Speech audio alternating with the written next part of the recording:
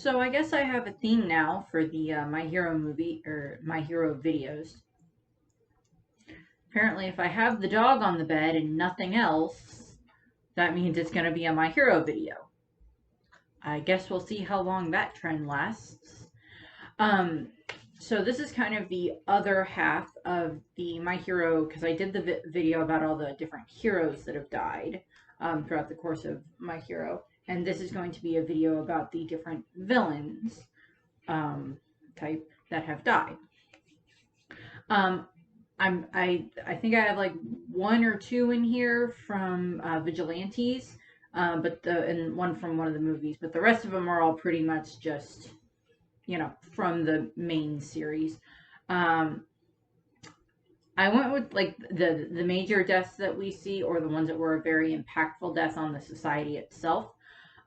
So I may have missed something. We'll see. I have some of the Nomu in here as well, since I would definitely qualify them as villains. They're kind of not in their right mind anymore, but you know.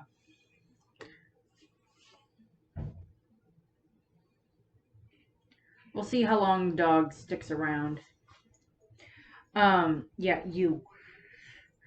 For all I know, they just come to these videos to watch you. Let me know in the comments how much you like the dog.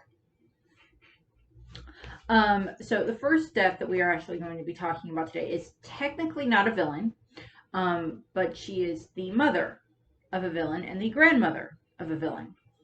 And if you haven't quite figured out who that is quite yet, it is the mother of Quarks, is what she is referred to as in the story. She does not have an official name. Although given her son's and her grandson's last name, we could probably determine her last name.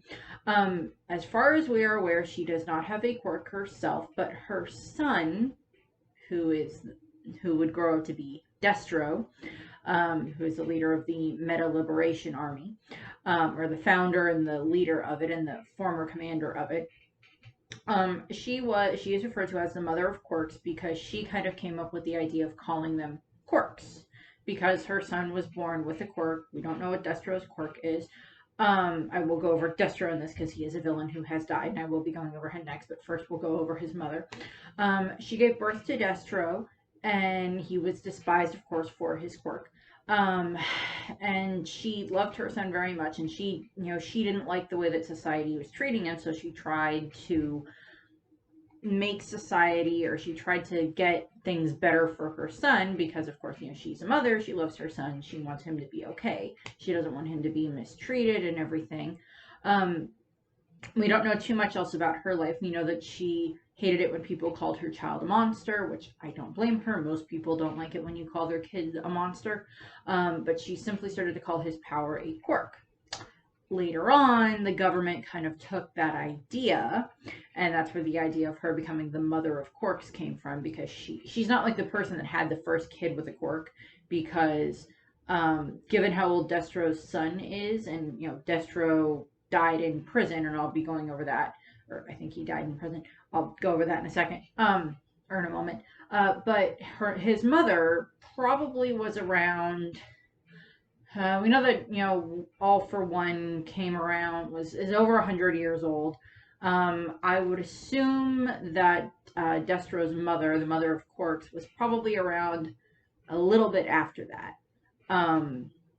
Because before she started calling them Quarks, they were just called meta abilities, which in like DC Comics. That was slightly not exactly what I was planning, but sure, Harley Quinn. Harley Quinn is in, as a reference, Harley Quinn in DC Comics is referred to as a metahuman. Wonder Woman is a demigod, Superman is an alien, Batman is not a metahuman because he does not have any physical enhancements, as in he himself does not, his equipment does, but he himself does not. Harley Quinn, on the other hand, is a metahuman. I don't know 100% if she's considered a metahuman in her original incarnation, but in the New 52, she is a metahuman because she has enhancement. She's like resistant to poison. She is stronger, and I think she's supposed to be a little bit faster than like a normal human. So Harley Quinn is a metahuman, which that I guess works for the fact that I wore this shirt, because meta abilities is what the quirks were originally referred to as. in the My Hero universe before they started to be called Quarks by the woman who is now referred to as the mother of Quarks. Unfortunately, her words for trying to make things better fell on deaf ears, and she was unfortunately eventually murdered by anti-Quark faction, which is probably one of the things that very much affected her son. And her death then goes into what makes Destro do what he does. This is not a whole video about like, oh, the whole Destro line or everything. It's the villains that have died. So it's a brief summary of the villain, if whatever we know of their quirk, and kind of what their legacy is. How they died, and then kind of what their legacy is. So next we have Destro, Chikara Yotsubashi. I probably just butchered that, and I apologize. Who is the former Grand Commander and founder of the Meta Liberation Army, which was a terrorist organization. That's what it was. It was a terrorist organization, and his idea was that people should be able to use their quirks freely, as opposed to having them being regulated by the government, where it's like, oh, only certain people are allowed to use their quirks, only heroes are allowed to use their quirks, or only people with certain licenses are allowed to use their quirks, as opposed to, I'm being attacked anyway, so why shouldn't I be able to use my quirk to defend myself from this villain that's attacking me? And, there's the, to give pathos, there is, you can kind of see where he's coming from, but you also see the problem with it. If everyone's just allowed to run around using their quirks as they see fit, then it's kind of hard to tell the difference between who's a villain, who's a regular citizen, and who's a hero. That's just one of the ways it goes on with that. And he wrote a book. At one point, Destro is arrested, and he is in prison for a long period of time. We don't exactly know what Destro's quirk is, although given his son's quirk, who is the current leader, kind of current / former leader of the Meta Liberation Army, his son, Rikaya, who is Re-Destro, so this guy, because this is what the Liberation Army does all the time, and he's the one that has the Detronat company that makes all the different, lifestyle things that help with people's quirks and everything. We were introduced to him, a little while ago in the manga, and I think if things line up right, we should be introduced to him maybe in this next season of the anime. I'm not sure. But he's kind of taken up the moniker of what his ancestor did, of what his father did, and I'm like, okay, they have the same last name. The government had Destro in custody. They know that he had a son. I'm pretty sure that they would be able to figure out that this guy who is in charge of this company is the son of the guy who was Destro and formed this army, this Meta Liberation Army. It's like, okay, government, you could have done a little bit better job on your homework there. But, I don't know. Maybe he, hid the fact that he had a son, or maybe, Re-Destro, because his name's a little bit harder for me to pronounce. Re-Destro, maybe it was as he's going, he's like, no, I don't agree with what my father did. I know. he distanced himself from that so much, but we know that that's not true. We'll be going over some of the Meta Liberation Army a little bit later in the video, but first we'll get through the rest of Destro. What Destro did was, when he was in prison, he wrote a book that was called Meta Liberation War. And it's kind of I would kind of refer to as very similar to Mein Kampf, as in the level of what it had done. It gave you a reason for why you did this. And if I'm wrong about that, I'm sorry. I know that Mein Kampf is not a good book to read, and I will not be using any visuals of it in this video at all. But we know that he wrote this book while he was in prison, and he tried to use it as a way of explaining why him and his terrorist organization did what they did. And it's kind of like an autobiography that he wrote and everything that explains things. People mostly just, it's simple. Most people just, considered it propaganda to give him a reason for why he did what he did, because he was a terrorist. He probably hurt a lot of people, killed a lot of people, and resulted in a lot of problems for people that had quirks at the time. but he died at one point. I think he died while he was in prison. That would probably make about as much sense. I don't know if he was in Tartarus or not. Clearly he's long dead by now, but he may have been in Tartarus at some point. And his power level, for like how powerful, probably not like he himself was, but like the power that he wielded in the amount of persuasion that he had over people was considered very comparable to All for One. And they probably would have been contemporaries, and they probably would have interacted at various points in time. So I'm like, okay, that's a fun thing to figure out there.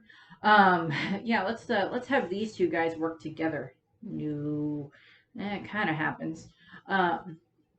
Because if you have read the Meta Liberation, the Liberation Army arc, Paranormal Liberation Front arc, whatever you want to call it, in the manga recently, that Reed Destro and Shigaraki end up working together, and Shigaraki and the rest of the League of Villains end up being kind of the leaders of the Paranormal Liberation Army. And I'm just like, yes, let's make these two people work together because they both seem so incredibly sane. But that's kind of the legacy that both the Mother of Quarks and Destro have left in the My Hero world. And that's kind of come to fruition in their son/grandson. And Reed Destro and his, because now he's the commander of he was the commander of the Liberation Army, and he's currently in jail, if I remember correctly, I think. Then we kind of move on to the next bit that we find out about some different villains. This is the Vigilantes character. Now, I have read Vigilantes, but that doesn't mean that I 100% know exactly how everything lines up in the timeline, beyond the fact of most of Vigilantes takes place before Izuku goes to UA, because we know in the recent stuff that Aizawa is not a teacher at UA yet. He becomes a teacher throughout the course of Vigilantes, or he's like kind of considering, because currently he's like being a substitute for Midnight because she's already a teacher, and Present Mike is already a teacher at UA. But we are introduced to Kuin Hachisuka, who is from Vigilantes. As I said, she works for the Villain Factory, who is just this organization in the Vigilantes series that work on trying to make like instant villains. I think they have this drug that it's similar to like what Overhaul makes with Erie's quirk that allows him to like make a quirk activate faster. They basically use it to inject random people, and then it activates their quirk and kind of makes them go crazy. And then the Vigilantes, Crawler and Popstep and Knuckle Duster and the others work on trying to stop them and work alongside the heroes like, Ingenium and Fat Gum and Izawa and all that. But what Kunai, I think it's Kun, no, so it's Kuin, probably mispronouncing that. We're just gonna refer to as Crazy Bee Lady, because that's basically what she is. Her quirk is called Queen Bee, which allows her to implant herself. She can take control of a human host. We see her previous host at some point in the manga, and she always wears this eye patch over one of her eyes, because that's where the bee goes in. That's where like the source of her quirk is. And she had a previous host, and now she is her most recent host. She possessed Tomoyo Uguro, who is Knuckle Duster's daughter. Because if you're gonna possess someone, yeah, possess this guy's daughter, yeah, because that seems like such a great idea. Oh god, it's like, don't mess with Batman's family. That's not a good idea. It's like, yes, take Liam Neeson's daughter. Actually, if they ever did a My Hero Vigilantes movie, like live action, I think they should get Liam Neeson to play Knuckle Duster. I think that would work great. Because he's already got that very intimidating thing of, you took my daughter, now I'm going to make you pay. And he does. What else Crazy Bee Lady's quirk does, what else Queen Bee does, is it allows her to house a ton of worker bees inside of her. And what she'll do is she can remove her eye patch, and then it lets out a ton of the bees. and then the bees go and they can, she works for the villain factory, so they usually use the bees as like a way of distributing this drug that they use to cause people's quirks to go crazy, just to cause more problems for the heroes and the police. Which, not a bad idea because it's harder to track, but it works. It's still not the best idea in the world. But she uses that power to then distribute this drug. And at some point, she interacts with Crawler and Popstep at various points in times as just a civilian that likes Popstep, and then it ends up shifting around, and then we end up, they find out that, oh, she's the villain, and Knuckle Duster explains, or we find out from Knuckle Duster that he has been trying to find his daughter, and he finds this, the girl that's possessing his daughter, basically. Queen Bee apparently seems to allow Kuin to see some of Tomoya's memories, because she knows that Knuckle Duster is her host's father, and she knows some of the memories about what they've talked about and everything, and she uses that to taunt Knuckle Duster, pretending to still be his daughter, but he knows that she's not, that his daughter is possessed.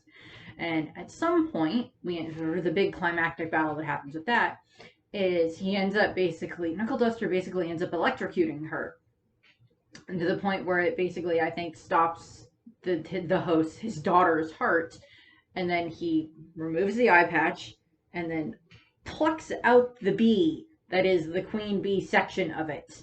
And I'm like, okay, I saw that in the manga, and I'm like, okay, that's disgusting.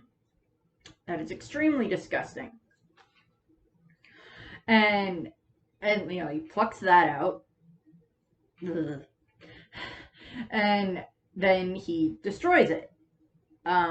And all the other bees die. There's like one that survives, and it gets captured by this other villain that works for the villain factory, and he's another major antagonist throughout Vigilantes. So if you haven't read Vigilantes, go read Vigilantes. But Knuckle Duster then is able to revive his daughter. He like jump starts her heart, I think, and then she's in the hospital for a little while, but she does get better, and her and her father are reconnecting. So that's kind of, the crazy bee lady is gone. Unfortunately, at one point, Popstep ends up getting infected and controlled by something that's very similar to what happened to this. So things not quite gone, but they end up saving Popstep via the same way that Knuckle Duster was able to save his daughter, where they get rid of the bee that's inside of her, which is still disgusting. Then we move on, and that's about all that I have for the Vigilantes. Now we're going to move on to a couple of the Nomu that have died, which take place during the Hosu incident arc, so the Hero Killer Stain arc. We are introduced to a couple of Nomu in this arc. The two that actually die, we see the Winged Nomu, and we see the Eyeless Nomu. I think the Eyeless Nomu is killed by, Endeavor. And then the Wing Nomu is more the one that we see a little bit more during the fight. Obviously, his wings, so he can fly around. And he is actually killed by Stain. And what happens is, the Nomu tries to kidnap Izuku, and Stain, jumps up, kills the Nomu, and saves Izuku, because during the whole fight with Stain, Izuku seemed to be the one that gave off the best impression to Stain, which is something I would not take as a compliment, but at least he's not going to kill you. Or at least he saved Izuku from the Nomu. I'm pretty sure that, Endeavor and the others would have been able to save Izuku from the Nomu before he was, carried off back to Shigaraki.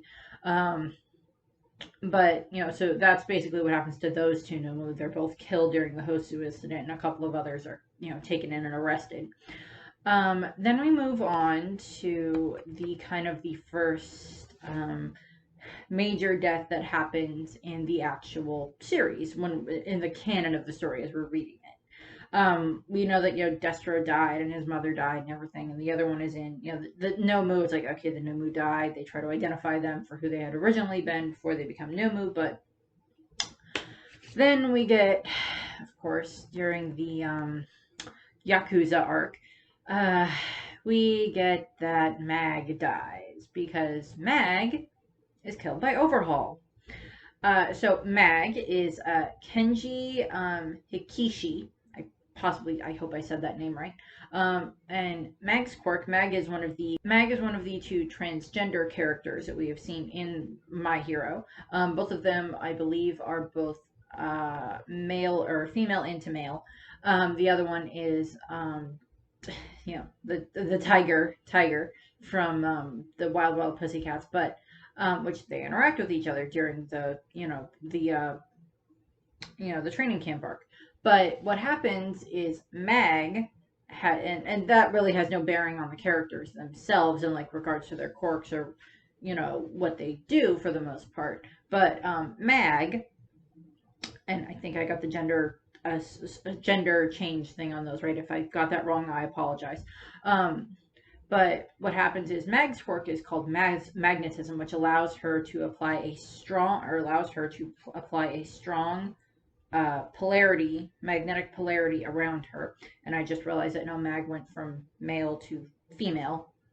I apologize. I corrected myself. If you said anything in the comments, I corrected myself.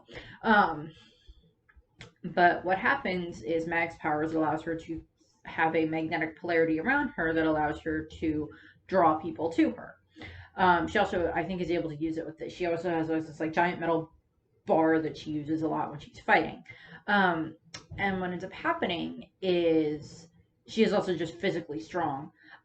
She uses her magnetic power to draw someone to her. So, she activates it at some point, I think, when they're fighting the Wild Wild Pussycats, and she's the one that causes damage to Pixie Bob. But then later on, when they're doing when they're trying to rescue Bakugo and everything, All for One activates her quirk, uses his weird finger things to like forcibly activate her quirk, and it allows her to pull, Toga and Twice and, Shigaraki and the others all toward her, and then he uses her to send them through the portal to send them to somewhere safer that he, forces Kurogiri to activate. And so that sends them flying, and that's how they leave that battle. But the way that Mag dies is that at one point Shigaraki and Overhaul, of course, meet, and the meeting does not go well. And of course, unfortunately, Mag is the one that dies during the meeting. I think it's one of Overhaul kills, I think, one of his own men that's there or whatever. But they're kind of very fiercely loyal to that. But Mag, Twice is very affected by Mag's death, and I believe so is we'll get to Twice. But so is Toga. They're I mean, like the League of Villains. I mean, like they haven't known each other very long, but they do seem to care about each other. And they're all kind of affected by Mag's death. Shigaraki doesn't seem to be all that affected by it. He just like, uses it as a reason to be able to, torture Overhaul later. So he doesn't care that much, but Toga and Twice definitely do. I think Compress does seem to be not very happy about it as well.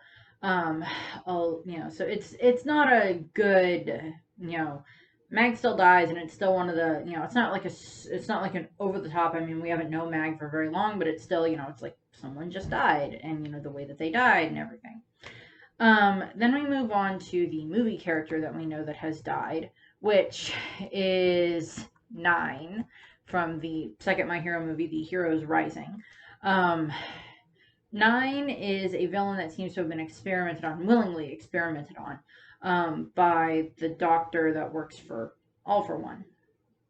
And he has been given multiple quirks. He already had a quirk, which was weather manipulation, and then he is given a variation of All for One that allows him to take 9 other quirks. I don't think we learned 9's real name. I could have been wrong, and that could have been mentioned, but I don't remember if we learned his real name or not. And he of course, has his little band of cohorts, Slice and Mummy and Chimera. And just like, okay. We have, Twice, or 9. 9 has his power that allows him to steal other quirks. It's a variation of All for One. And he uses it to steal the cell activation quirk, type A. He wants it to steal one of the other, to steal the type activation quirk, type B or whatever it was. And he wants to steal from the kid. He has another quirk. He has weather manipulation, as I said, which allows him to control the weather in the areas around him. He has air wall, which allows him to make a barrier of air in front of himself. Not the same way that like gentle can, but it's still, it makes more of a force field type thing, as opposed to gentle that'll like bounce you off of the air. And then we have scanning, which is, allows him to, scan someone and see what their quirk is and see if it's a useful thing. He can also seem to scan from a large distance and pinpoint a specific quirk after he kind of scans everything. He has bullet laser, which allows him to shoot lasers out of his fingers. And he has Hydra, which is these two giant like water dragon heads that pop out of his back. Yeah, admittedly, out of all the quirks that he has, I would want the weather manipulation and the Hydra quirk. Those both seem really cool. Those both seem to be the best ones. Then again, cell activation also works really well if you want to go into like the medical field, which seems to be what the guy that he stole it from uses it for, and his son, which is another major part of the movie. But then, so he ends up having to, him and his cohorts fight their way through the island where, Izuku and the others are doing kind of an internship as heroes. And his main battles are with Izuku and Bakugo, of course, which results in Bakugo and Izuku having to work together. And giant spoilers for the movie, if you haven't seen it yet, they kind of share One for All at one point in the movie in order to defeat Nine. Which I'm like, okay, it's a movie, I'll let it slide, but, with what we've learned more about All for One, or One for All at this point in the manga, considering this video is being made, after the movie comes out, and after, what's just been revealed about, All for, One for All in the manga and everything for what the quirk can do, it seems to be a little bit more of like, okay, All Might's theory of that the quirk didn't stick with Bakugo and stayed with Izuku instead, is, a little bit more of the quirk choosing to stay with Izuku. Which I'm like, okay, at this point, I wouldn't be surprised if the quirk has become a bit sentient, given how much is in the quirk. Nine even at one point tries to take Izuku's quirk, tries to take, One for All. Doesn't work because it's too much, but, he attempts to do that. Because he can only hold so many quirks, and that would be too much of a quirk for him to take from Izuku, because there's all those other quirks that are part of it that we learned about. But, he ends up fighting Izuku and Bakugo, and at one point he just goes like full power mode, which he just like injects himself with a ton of drugs, which is such a great idea to do. I'm like, dude, you're way overdoing this. It's called you sneak onto the island, take the kid, and then leave. But, better advice for villains, I guess. But what ends up happening is, of course, Izuku and Kasuga and Bakugo work together, and they defeat Nine. And then Nine is kind of, seems to be a bit scorched beyond repair, but then Shigaraki shows up as a portal by Kurogiri pops up, and, Shigaraki pops out, and Nine tries to beg him for something, and Shigaraki's just like, no, and like just like takes his hand, puts it on Nine's face, and then Nine just disintegrates. Which I'm like, okay, we got to see the power up for Shigaraki, but now whoever's quirks he stole aren't gonna get the frickin' quirks back. But I highly doubt they would have gotten their quirks back to begin with anyway. Even if he had survived, they don't really have the way of like take quirk and put it back. They don't really have the ability to do that. So that's how Nine dies. Now we're going to move on to Hood, which I did those out of order, where it should have been like Hood dies first, because then Izuku and the others then end up going to the island, kind of from what we've seen, because Hawks and Endeavor are already working together in the movie. But now we're going to do Hood, who is the Nomu that Hawks and Endeavor end up fighting just after the Billboard rankings come out, where Endeavor's new number one, Hawks is number two, and Best Genius is number three, and then so on down the line to all the others, including Mirko, Moon Bunny. Um, I had to put her in here somewhere. She's not dead. Thank God Mirko's not dead, but she lost an arm and a leg. So, but back to Hood. We have it where Endeavor and Hawks have to fight Hood. Hood has multiple quirks, as do most of the Nomu. He has muscle augmentation to make him stronger. He has super regeneration, which just makes him heal even faster, which is one of the things that makes Endeavor have to go plus ultra in order to beat him, because he has to incinerate him.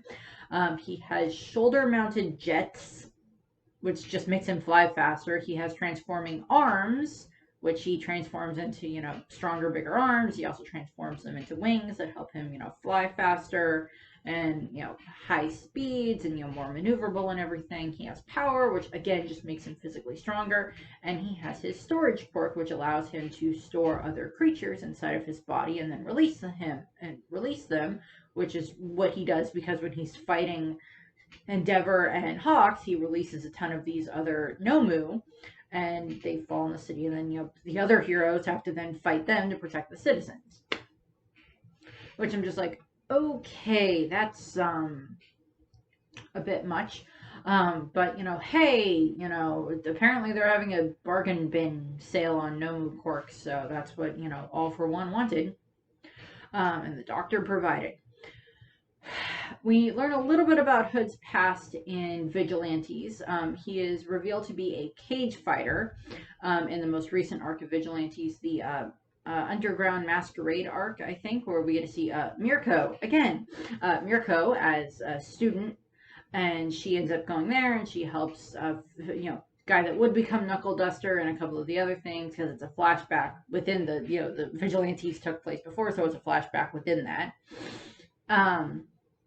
Because in Vigilantes, Mirko is already a hero by the time Vigilantes happens. But we learn a bit more about his past. He had been a cage fighter, and at one point he gets some of those, enhanced quirks and adjustments by, All for One.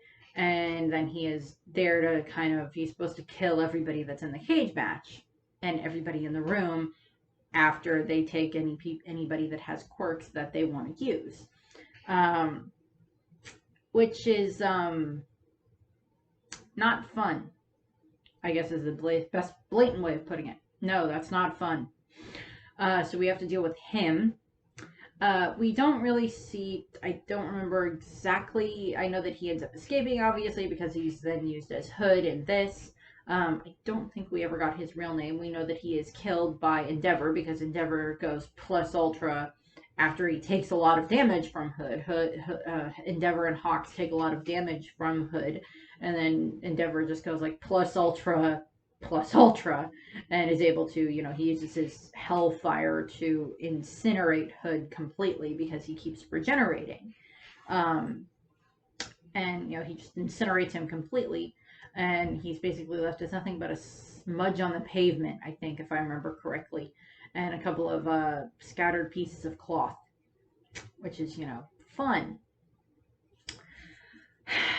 Then we get into the other Nomu.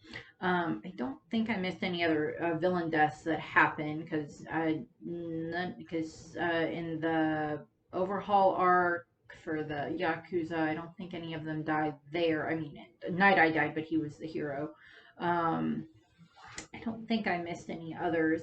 And then we get into the Paranormal Liberation War arc, which first we're going to do the Nomu, then we're going to do the Meta Army person that died, then we'll do twice.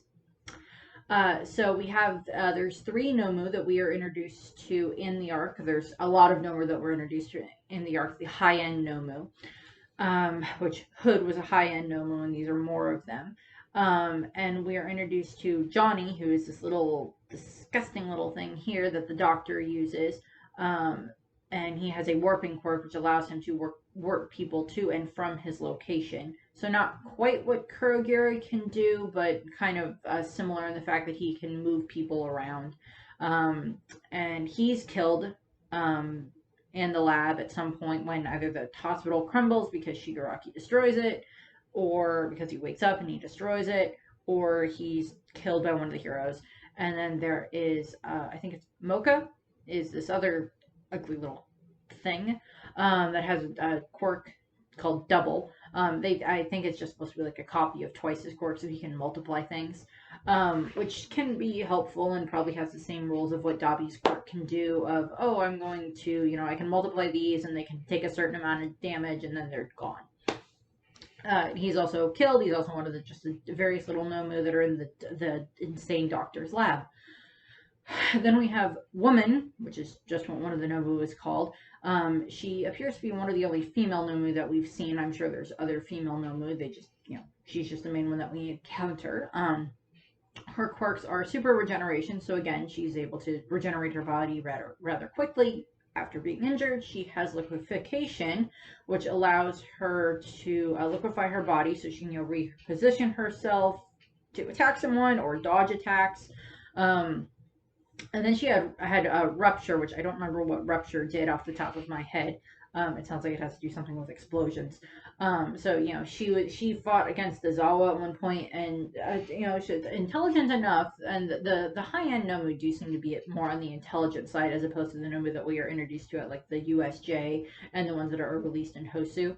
They have more of an intelligence in being able to fight, which is an improvement on the Nomu, but not good for the heroes to have to deal with.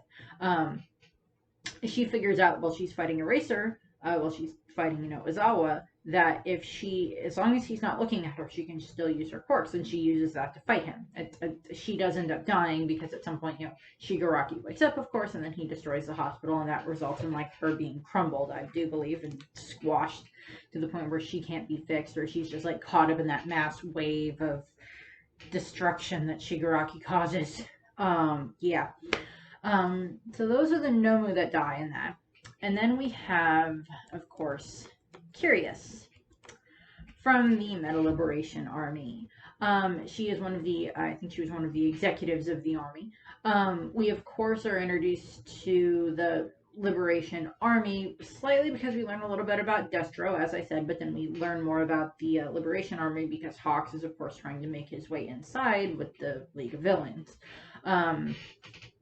Curious is Chitose Kizuki, and her code name is Curious, because she is extremely curious. She is a newspaper reporter. That's kind of her day job when she's not working for the Metal Liberation Army, but she is, of course, also using that job to gain information. She goes after information about Toga, because out of all the different villains that are part of the League of Villains, Toga seems to be the one that Curious is most curious about.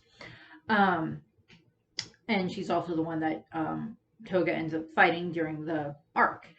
And what ends up happening is Curious's quirk is called Landmine, and which I had slightly forgotten that was her quirk, but her quirk is called Landmine, and it allows her to bestow explosive properties on anything that she touches. So it's an object or a living being. So, something along the lines of, I think it was Mr. 4. No, it was Mr. 5 from One Piece. It was in Baroque Works. The guy that can, flick his boogers and make them explode. He could do that with any part of his body. He could do it with his hair and everything too. And then, of course, we had Gladys in the Don Quixote family, who could, make things explode. Whether it be physical or living, or inanimate, as long as he touched it, he could infuse it with explosion powers. So, let's find One Piece references in this. Probably not necessarily a One Piece reference, it just happens to be something similar. So what Curious tends to do is she'll, take objects and make them explode and then throw them at, whoever it is that she's fighting. She fought Toga during the arc, and she, reveals that she learned all this stuff about Toga and Toga's backstory, and, kind of what it was like for Toga growing up and everything, which this is not a video about Toga. I may someday do a video about Toga, but we'll see what happens with that. But, so she has a lot of that issue that she deals with Toga. And Toga almost dies. Twice saves Toga from dying, which we'll go over in a moment when I talk about Twice. But Curious is almost able to kill Toga, but then Toga, I don't remember if she uses Curious's power against her or if she just literally just stabbed Curious and killed her that way. I don't think she ends up keeping any of Curious's blood to be able to change, but I don't remember if Toga's quirk requires that the person that she took the blood from is still alive when she changes into them, kind of like with the polyjuice potion in Harry Potter, that the person, you have to take the the hair or the whatever from someone while they're still alive. So I don't know if that still applies to this or not, that Toga can still change into Curious if she needed to, but I don't think that ends up being something that she does in this, or she did in the battle. But Curious is killed by Toga. And then, the League of Villains just kind of take over the Metal Liberation Army, which is, like, as I said before, is not a good thing. Then we have Twice, who is the most recent villain death in the series. Or at least at the moment when I'm recording this video, it is the most recent villain death. That might change by the time the video goes up. We'll see what happens. But we, of course, have Twice, who is Jin Badaigawara. Again, probably butchered it. So we know him. We've seen him for a while with the League of Villains. Him and Toga are like best friends, and he has issues. His quirk is Twice, which allows him is double, which allows him to multiply living things, and he tends to do this a lot. He'll we see him multiply Dobby back in the the training camp arc, and then he multiplies other people. He ends up making like a clone of Toga in order to fix her after she's kind of almost blown to smithereens by Curious. And we know that he overused his quirk at one point when he made so many copies of himself, and then they all rebelled, and then he ended up getting injured, and he doesn't remember if he's the real one or not because they all have the same memories. And he is very cautious in regards to the amount of damage that he takes throughout the course of the series. And then during the arc, when they're fighting against the Metal Liberation Army, when the League of Villains are fighting against him, fighting against the army, he ends up figuring out, because he ends up taking enough damage, that if it was one of his clones, he would have died. And the clones are able to use the quirk as well, because they're an exact copy of him, just they can only take so much damage. And he realizes that I am the real one. And then he just multiplies so much of himself to then, help the other members of the League of Villains, which they are his friends. He blames himself for what happened to Mag, because he's the one that kind of brought in, Overhaul, and, and he blames himself again for what happened to the Paranormal Liberation whatever army, once the League of Villains and the Metal Liberation Army come together to form a whole. He blames himself when Hawks reveals that, oh no, I was just toying with you the whole time. I'm not really your friend. I was playing you. I just I used you as an in because you were the most vulnerable for me to be able to exploit. Which I'm like, okay, Hawks, I get that you're basically trained in everything when it comes to, espionage and finding your way into things, but oh my god, man. Because, Hawks and Twice, Twice really liked Hawks, and they got along great. And, he, now Twice blamed himself for the fact that the heroes found out about their plan and attacked and everything. And, then Hawks, killed Twice after their battle and everything. And, Hawks' reasoning for that was that with Twice's quirk, he could, multiply the Nomu, multiply Shigarakis, multiply Togas, multiply all those other problems that were how you multiply Jikintomachia. And we don't know if there's an exact limit as to what his court can do. I think if he does over multiply anything, if he makes too many clones or something, I think it is a problem that happens, that it starts affecting the quality of the clones. I think we see that when he's fighting Hawks. I could have just misremembered that, but I think that's what happens when he's fighting Hawks. Is the clones aren't quite right. They're close, and a lot of them are fun, but some of them aren't quite right. And you know, Toga and Hawks. Well, not Toga and Hawks. I don't remember what Toga thought of Hawks. She wants him dead now because he killed twice. He killed her friend, so she definitely wants him dead now. But Toga and Twice got along very well, and she was kind of like, they were like brother and sister to a degree. I wouldn't say that they were in love. I would say brother and sister type of a thing, because Toga didn't seem to exhibit the same trait toward Twice and like wanting to be him like she does to Izuku and Suyu and Ochako. She doesn't demonstrate that same thing when it comes to Twice. She's very gentle with Twice to a degree, and at one point when he's having his issues and everything because his mask gets ripped during the Yakuza arc, she gives him her bandana for him to cover himself with, so he's a bit more whole, because he has issues with that and everything. I think that it doesn't get 100% resolved once he's figured out that, oh, I am the real one. It's still there. It's just I don't think that other voice I don't think is quite as loud. But so he goes through a lot of that, unfortunately, and Twice does go through a lot. And admittedly, I wasn't. I wouldn't say that I was necessarily surprised that Hawks killed Twice. With everything that was going on in the arc, I wasn't going to be surprised if someone died. Obviously, we lost a lot of heroes throughout the arc, and several of the Nomu died. And Twice was kind of the major villain that ended up dying. And the legacy of him dying is, of course, Toga wanted to find out if, Ochako and Suyu and Izuku thought the same way of like, do just because we're villains, do you think that we should die? And so, that's where that part of Twice's legacy came in, is that, Toga went and, talked to, Ochako, during kind of the latter end of the battle. And we don't know where Toga went. She got whatever answer she wanted from Ochako, but we don't know what, where that put for the answer she wanted to hear. Or even if she got enough of an answer, she now wants to get like an answer from Izuku or the answer from Sue, to find out if that's, what do you think of this type of a thing? And, so we get that a lot, unfortunately, and that's kind of where Twice's legacy goes, is kind of into Toga.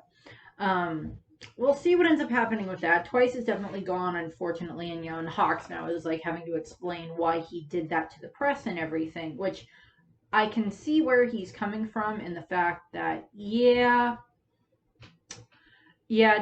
Twice being able to, multiply things that many times is not going to be a good thing for him to be able to do, because there's so many Shigarakis running around and causing all that damage again, so many different, Togas running around, or Gigantomachia running around, because with how much force it took to defeat Gigantomachia, I mean, like,